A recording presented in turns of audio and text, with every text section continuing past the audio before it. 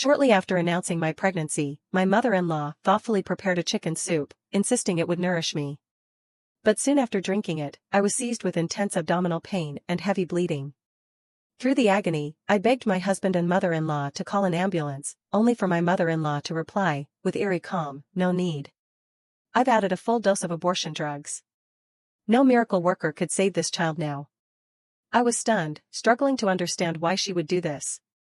After pressing them relentlessly, my husband finally spoke, his tone laced with irritation. "My true love is back. She's agreed to a divorce, but she won't accept me having a child." My mother-in-law then promptly produced divorce papers, pressing me to sign. Only once I'd complied did they agree to let me go to the hospital. Yet, despite everything, I didn't feel all that sad. For one, I never wanted children anyway. And, after all, it would not be me who was left desperate without umbilical cord blood. With my mother-in-law, Athena Davis, watching me expectantly, I forced myself to down 3 entire bowls of the oily chicken soup. "Mom, I really can't have any more. Why don't you both enjoy some?" I suggested, my stomach churning. Ezra Davis, my husband, laughed, shaking his head. "No chance. I asked Mom to make this, especially for you. It's all yours." He ladled another portion into my bowl, adding with a grin, "You mentioned good news, and even better news. We know you're pregnant, so what's the other surprise?" I lowered my gaze. The pregnancy was only the good news. The even better news was that Ezra had a real chance at survival. But before I could explain, a sharp, searing pain tore through my abdomen. The pain was unlike anything I had ever experienced, as if a steel claw were tearing through my abdomen.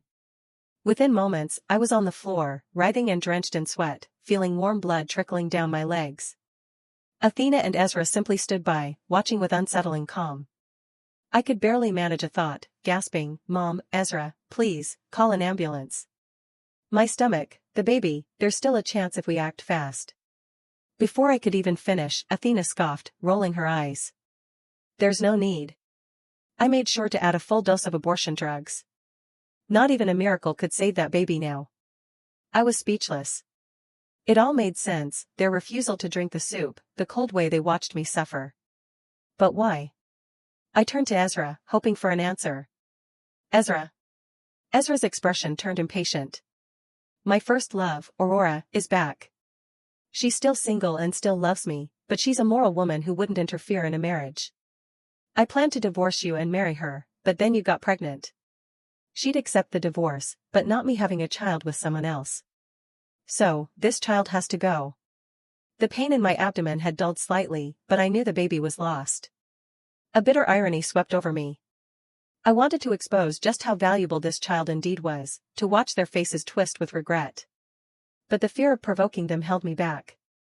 So, I swallowed my words and replied quietly, "I won't cling to you. We can divorce, just call an ambulance right now. If something happens to me." Athena's lips curved into a cold smile. "No need to worry. Ezra and I aren't monsters, we wouldn't let anything truly harmful happen to you. Even though I added a generous dose, it'll only cause some bleeding and pain, nothing that will do any lasting harm." Ezra nodded smugly. "Exactly. Besides, if this child really is mine, I have every right to decide whether it stays or goes. And if it's not? Then you cheated, which gives me even more reason to get rid of this unwanted little bastard."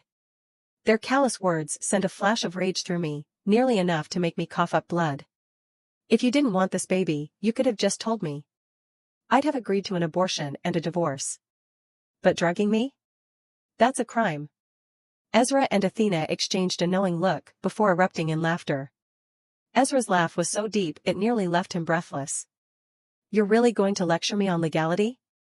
Didn't you say at our arranged marriage meeting that you planned on never having children? You conned me into marriage, now, isn't that fraud?"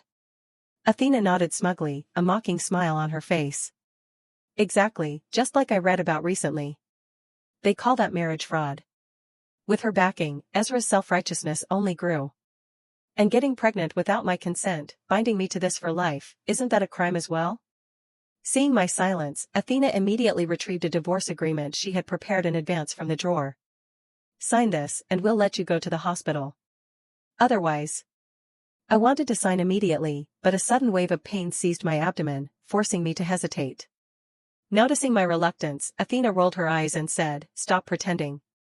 It's just a miscarriage, how painful can it really be?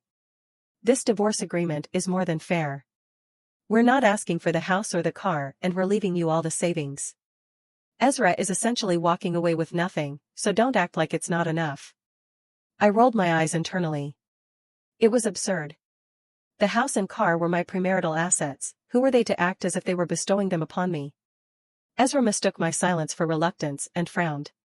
"I know you have feelings for me, and you won't find a better man than me. But what's the point of holding on? Marriage should be about supporting each other until the end. When you're old and sick, I won't be there to care for you. Clinging to me will only lead to misery in your later years. Why put yourself through that?" He wasn't entirely wrong. I scoffed, "Yes, you're definitely not going to be there for me in my old age. After all, without this child's umbilical cord blood, he wouldn't survive more than a year." But Ezra failed to grasp the hidden meaning in my words. Instead, he nodded and retorted, "Exactly. Since you understand that, just sign the papers. I'm not threatening you. If you refuse, my mom and I will lock the door and take a walk, leaving you alone to think it over. If something happens to you here, like bleeding out too much, that won't be on me." Athena's eyes turned cold at this. "Right. Divorce benefits you, but widowhood benefits Ezra. Don't you think?" At that moment, there was no room left for misunderstanding. I quickly nodded. "Fine, I'll sign.